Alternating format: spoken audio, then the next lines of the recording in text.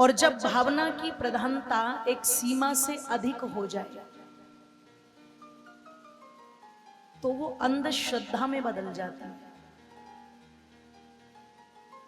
और जब व्यक्ति अंधश्रद्धा में होता है, अंधभक्ति में होता है, तो पता लगा वो एक उचित व्यवहार को चमत्कार में बदल देता है। और मेरी माताओं बंधुओं, जहां चमत्कार आ जाए वहां लीला आ जाती है। और जब लीलाएं आ जाती हैं तो फिर किसी योगी को भोगी बना करके खड़ा कर दिया जाए, कोई आश्चर्य की बात नहीं। फिर एक पत्नी व्रतधारी को 16,108 रानियों का पति कह दिया जाए, कोई आश्चर्य नहीं। फिर एक इतना महान व्यक्तित्व जिसे कभी समय ही शायद न मिला होगा ऐसे कुकृत्य करने का, पर फिर भी बड़े बड़े मंच और बड़े बड़े पांडाल लगा करके उसको यमुना तट से गोपियों के वस्त्र चुराने वाला बता दिया जाए तो कोई आवश्यकता नहीं है। क्यों? आज के समय में यदि कोई व्यक्ति किसी महिला के कपड़े चुरा करके भागता है तो वो हम सब की दृष्टि में अपराधी है। हम उस व्यक्ति को हो सकता है कड़ा दंड देने की मांग करें, क्योंकि वो लीला नहीं कर रहा है। पर जब यही बात जो अपने आप को हिंदू कहता है और भगवान कृष्ण को अपना आदर्श मानता है, जब यही बात योगीराज कृष्ण के लिए कही जाएगी तो तुरंत वहां पर तुरंत कह दिया जाता है वो तो लीला कर रहे थे।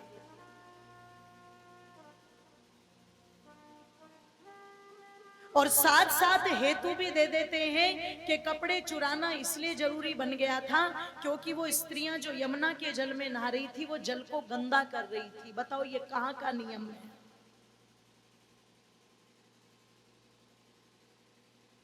अगर कोई लड़की किसी तालाब में स्नान कर रही है और उसके कपड़े लेकर के कोई भाग जाए उसे शिक्षा देने के लिए, ये शिक्षा देने का तरीका नहीं हुआ, ध्यान रखिएगा। ये तो उसकी इज्जत को उछालने वाली बात हुई।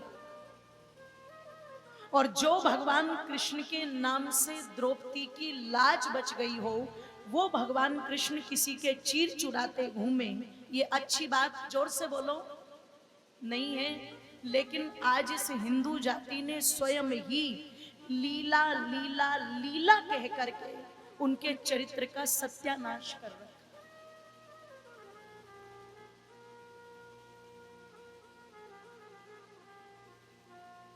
इसलिए जब उस कृष्ण के नाम पर कोई पुस्तक लिख दी जाए और उसमें ये कह दिया जाए कि देखो तुम्हारा कृष्ण तो ऐसा था,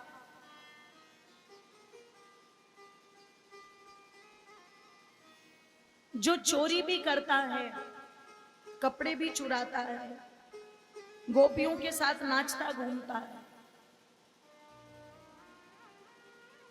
तो बड़े से बड़े मठाधीश का मुंह नहीं खुलता वहां।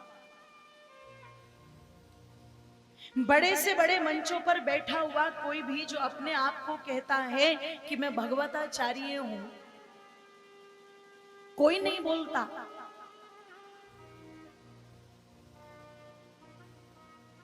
अगर किसी को ये सुनकर के दर्द हुआ, आज भी और पहले भी, तो वो केवल और केवल महर्षि दयानंद के मानने वाले शिष्यों को हुआ, वो आर्य समाज को हुआ और आर्य समाजी को। इसलिए पंडित चमुपति एमए जी ने एक पुस्तक लिख दी, रंगीला रसूल। लिख तो दी पर उसे कोई छापने को तैयार नहीं। आप विचार करना, आज जो हिंदू झंडे लहरा करके बड़े बड़े नारे लगाता है, मैं नहीं जानती आप किसके समर्थक बैठे हुए, और मैं खुद किसी पार्टी से नहीं हूं, पर मैं इतना तो कहूंगी, कहीं ना कहीं ये जो नारे लग रहे हैं, ये जो भगवा इतना लहरा है, इसमें सरकार अनुकूल व्यवहार करती हुई नजर आ रही है, इसलिए बेधड़ल्ले से नारे लगा रहे हैं। पर विचार करना, जब सरकारें बिल्कुल प्रतिकूल रही होंगी, पूरा वातावरण बिल्कुल प्रतिकूल रहा होगा, उस समय में बैठ करके पंडित चमुपति एमए जी पुस्तक लिख रहे हैं रंगीला रसूल, और पुस्तक लिख दी तो उसको कोई छापने को तैयार नहीं। उस समय महर्षि राजपाल जी कहते, पंडित जी मुझे दो, मैं छापूंगा और मैं आपका नाम भी नहीं दूंगा। पंडित जी ने कहा मेरा नाम नहीं आएगा, पर प्रकाशन का नाम तो आएगा। उन्होंने कहा कोई बात नहीं, प्रकाशन का नाम आएगा तो उन सब विपदाओं को मैं झेलूंगा अपने ऊपर।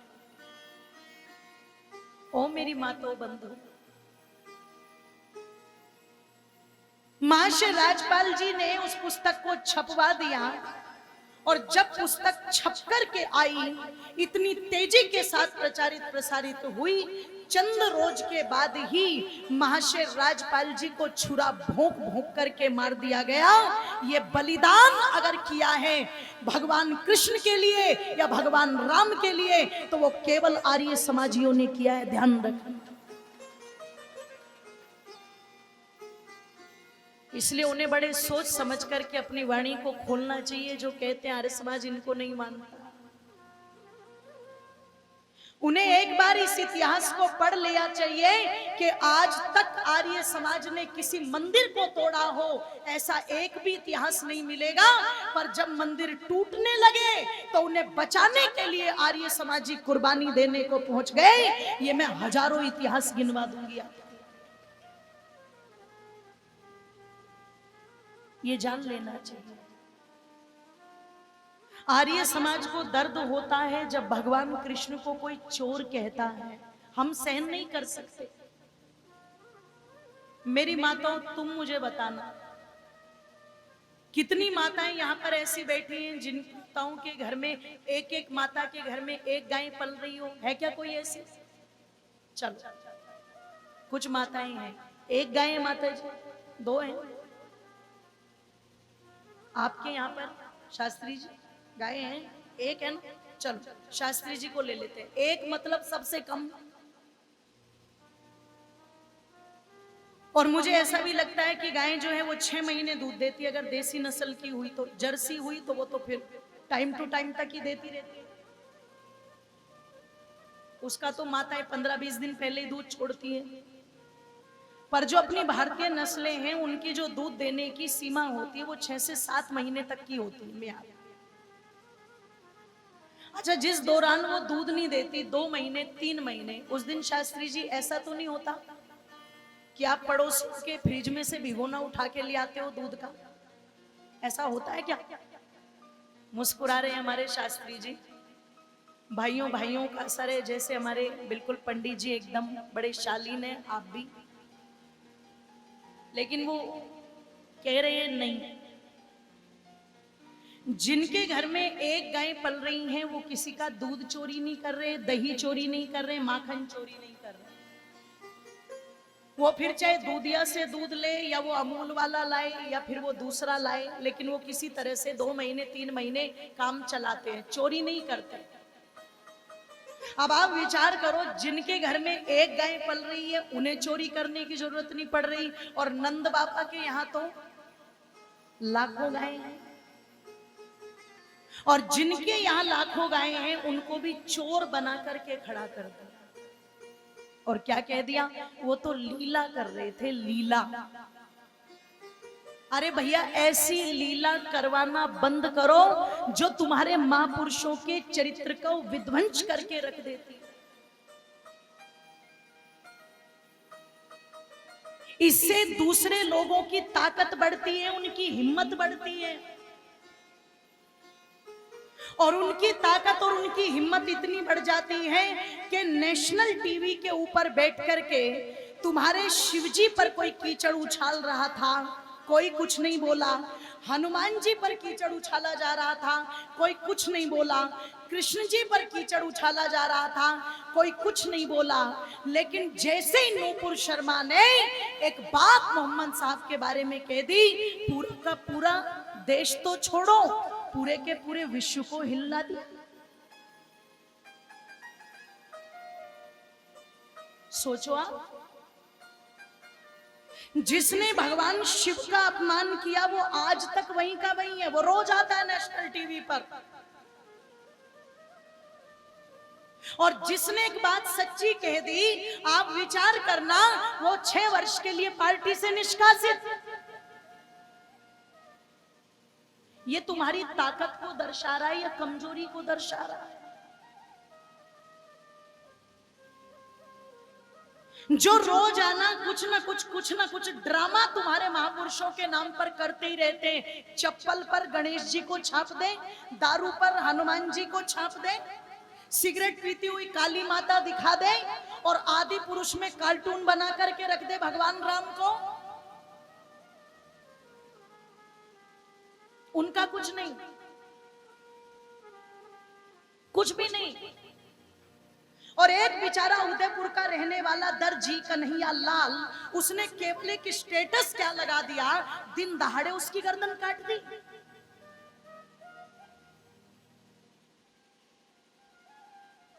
और विचार करना, ऐसा नहीं था कि जब उस पर चाकू से ताबड़तोड़ हमला हुआ तो किसी को पता नहीं था, पता तो था। पर जिन जिन को पता लगा वो अपनी दुकानें बंद करने में लग गए। करो दुकानें बंद, भागो भागो भागो, अपने को बचाओ। और 2 लोग मोटरसाइकिल से आए, गर्दन काट करके चले गए। मैं गारंटी देकर के कहती हूं, अगर उस मोटरसाइकिल पर 2 हिंदू होते और वो दुकान दूसरे मत वाले की होती और कोई उस पर हमला करता, मैं गारंटी देकर के कहती हूं लोगों, वो 2 लोग मिलने वाले नहीं थे। वो 2 लोग तो छोड़ो, मोटरसाइकिल का भी चूरा बना करके छोड़ते अगर वो लोग होते। तो मैं गारंटी देके कहती हूं, क्यों? एकता, एकता। और हमारी एकता कहीं नहीं है।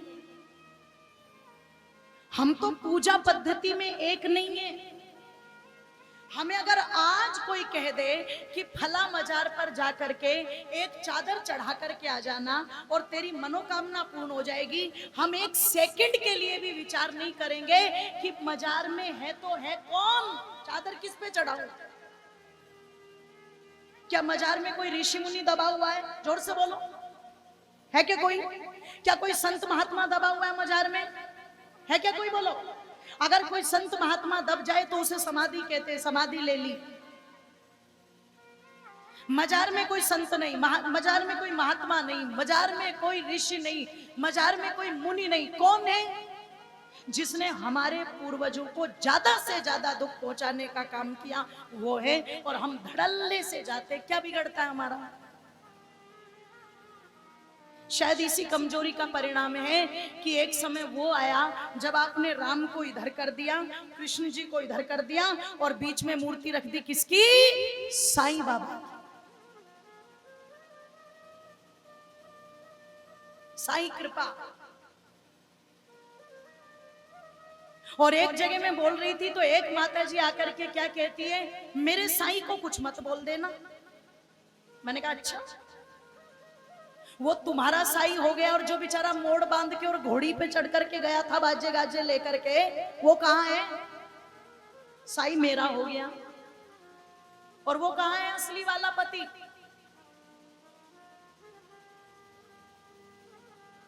कहां से हो गया?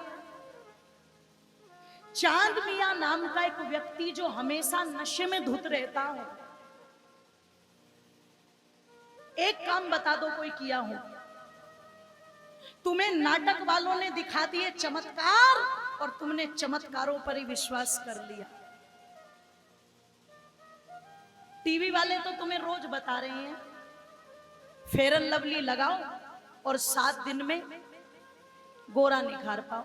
बाबूजी आप भी ले आते, आप भी ले आते।